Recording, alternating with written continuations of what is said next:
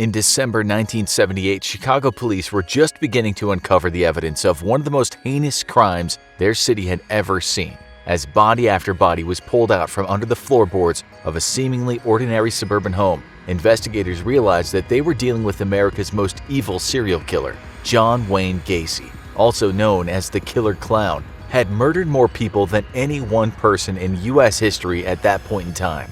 John Wayne Gacy was a well-known and well-liked figure in his suburban community north of Chicago. He owned a successful construction business, attended church faithfully, and was involved in the local Polish community. He was married to his second wife and seemed to be a devoted stepfather to her two daughters. Through his position as a precinct captain for the Democratic Party, Gacy had the opportunity to meet and be photographed with First Lady Rosalynn Carter in early 1978, the very same year that his horrific crimes would become public.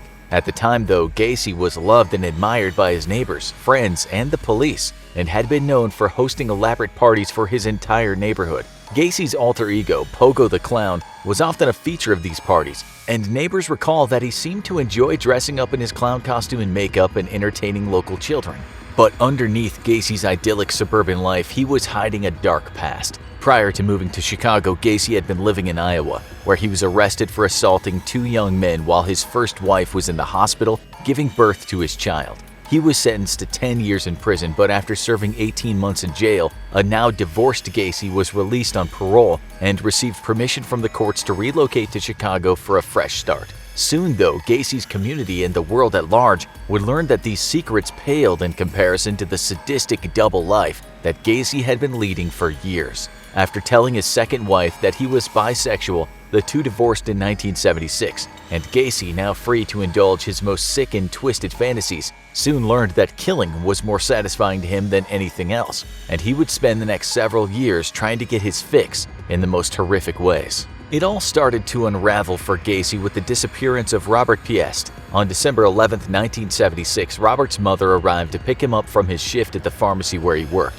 When his shift ended, Robert told his mother that he was going to talk to a man about a potential construction job that would pay more than double what he was making at the pharmacy. He told her it would only take a few minutes and then they could go home and enjoy his mother's birthday celebration. She waited outside the pharmacy, but Robert never came back. His panicked mother went home and returned to the pharmacy with her husband, other children, and the family's two German shepherds, but they could find no sign of Robert. The worried family then drove immediately to the police station to report their son missing. Lieutenant Kozenczak, whose son attended the same high school as Robert, took their report. One of the first calls he made was to John Wayne Gacy. Gacy's friends and neighbors may have been oblivious to his dark past, but the police were not. Not only were they aware of his past convictions, but they had also received numerous complaints about Gacy in recent years. In 1975, after an employee of Gacy's construction company went missing, the man's family pleaded with police to investigate Gacy, but their pleas were ignored. In 1976, police had run surveillance on Gacy's home related to the disappearance of a 9-year-old boy, but they were unable to build a case against him. In 1977, a young man complained to the police about Gacy, alleging that Gacy had kidnapped him at gunpoint and assaulted him. Gacy was arrested and even admitted to his encounter with the young man, but he claimed that it was consensual and prosecutors declined to press charges. Police were also beginning to suspect that Gacy was behind a string of complaints about a man named John who had been cruising local parks and picking up young men, many of whom seemed to disappear after their encounter with John. Despite these incidents, Gacy had managed to stay one step ahead of the law so far, but his luck was about to run out.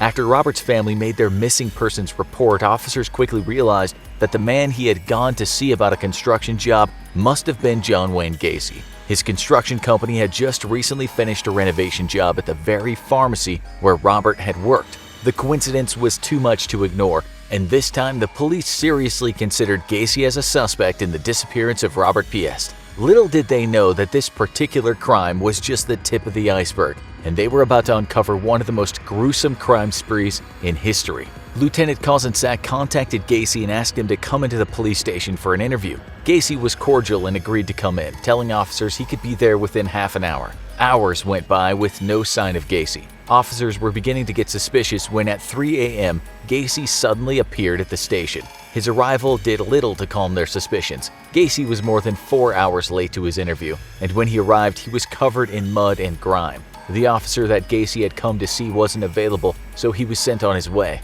Later, officers would learn that Gacy's car had been towed from a snowbank near the Des Plaines River at 2 a.m. immediately before he arrived at the police station. Armed with this information, officers served Gacy with a search warrant when he returned the following day for his interview. He reluctantly handed over his keys and was detained at the station while officers searched his home. There, they found a receipt for a roll of film that Robert's family confirmed belonged to him. Police concluded that Robert had been in Gacy's home, but they could find no evidence of a crime, and so Gacy was released and placed under surveillance. The next day, officers found a ring that they linked to another missing boy, and employees of Gacy's construction company told police about 2 different employees of Gacy's who had mysteriously gone missing in recent months. A few days later, Gacy had the audacity to invite the officers on surveillance duty outside of his home inside for a cup of coffee. Once inside his home, both officers noticed the unmistakable stench of death. That same day, Gacy's lawyers filed a lawsuit against the police department for harassment, but before long, Gacy would have much bigger legal issues to worry about.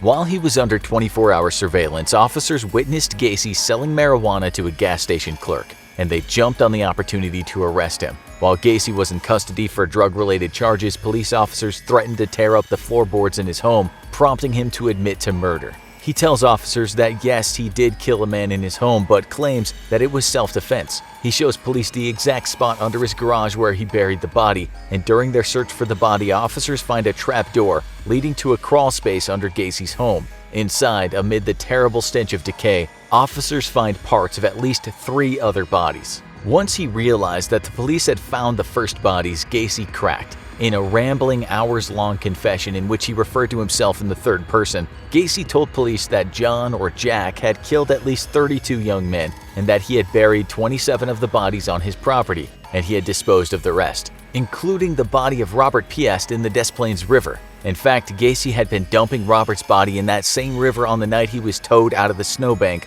before he showed up at the police station covered in mud. Gacy was charged with the murder of Robert Piest, although police had yet to find his body. By January 8, 1979, police had uncovered the remains of 29 bodies, but only 7 had been positively identified. Gacy was charged with the murders of 7 young men as police continued their efforts to identify the rest of the victims. Parents of missing boys from around the world contacted the Chicago police to find out if their sons were among Gacy's victims, and forensic specialists and dentists were called in to help identify the bodies using dental records, which in the time before DNA testing was the most reliable method of identifying victims. In April 1979, a grand jury indicted Gacy on a total of 33 murders, the largest number attributed to one person in U.S. history at the time. Throughout this, Gacy continued to give interviews to the police and even described his first murder to officers in gruesome detail. He admitted that he had stabbed his victim to death in his bedroom before burying him in the crawl space, and police found a large blood stain on the underside of the bedroom carpet that matched his story.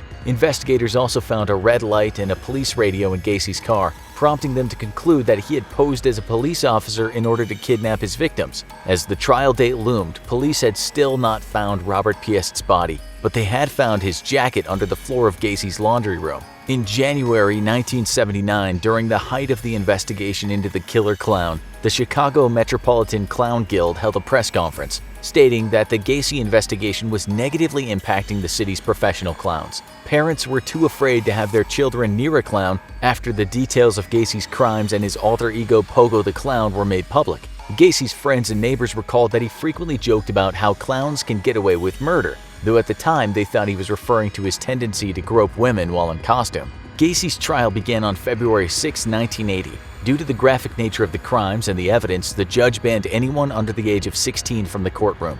Gacy, who was facing the death penalty, pled not guilty to the charges, and his lawyers attempted to launch a defense based on insanity. But after a 5-week trial, it took the jury just 2 hours to find John Wayne Gacy guilty of the heinous murder of 33 young men. State Attorney Bernard Carey was quoted as saying, "He certainly qualifies for the death penalty. If he doesn't, who does?" Gacy was sentenced to death by lethal injection and sent to Menard Correctional Center to await his execution. Gacy would spend the next several years on death row while his automatic appeals were exhausted. During his time on death row, Gacy took up art, painting numerous creepy pictures, of course, of clowns. Several of Gacy's paintings were auctioned off along with other inmates' art to raise money to buy art supplies for prisoners. Years later, after Gacy's death, 2 local businessmen purchased 30 of these paintings and invited the families of his victims to destroy them in a public bonfire. After nearly 15 years on death row, all of Gacy's appeals were exhausted, and his execution date was set for May 10, 1994. Gacy's last meal consisted of fried shrimp, a pound of fresh strawberries, and a bucket of KFC chicken with fries. Prior to his murder spree and subsequent incarceration, Gacy had actually managed 3 KFC restaurants owned by his former father-in-law. As he was strapped into the gurney awaiting his execution, Gacy was asked if he had any last words. He snarled at his executioners, "Kiss my ass," and at 12:58 a.m. he was executed by lethal injection. At the time of Gacy's execution, only 26 of his 33 victims had been positively identified. The advent of DNA testing helped police identify more of Gacy's unknown victims, including the 2011 identification of William George Bundy, a Chicago man who told his family he was going to a party and was never seen again. To this day, 6 victims of the killer clown remain unidentified. As a direct result of Gacy's unthinkable crimes, Chicago police spearheaded the creation of a computerized database of missing and murdered children and youths to make it easier for various police departments across the country to communicate and share information in the hopes that similar crimes could be avoided in the future. John Wayne Gacy brutally murdered 33 young men and buried their bodies under the floorboards of his home. He had appeared to be a successful businessman and a pillar of his community, but neighbors would soon learn that appearances can be deceiving. Hiding behind the facade was America's most evil serial killer, John Wayne Gacy, the Killer Clown. Now go watch Who Are the Most Evil Serial Killers in America, or watch this other video instead.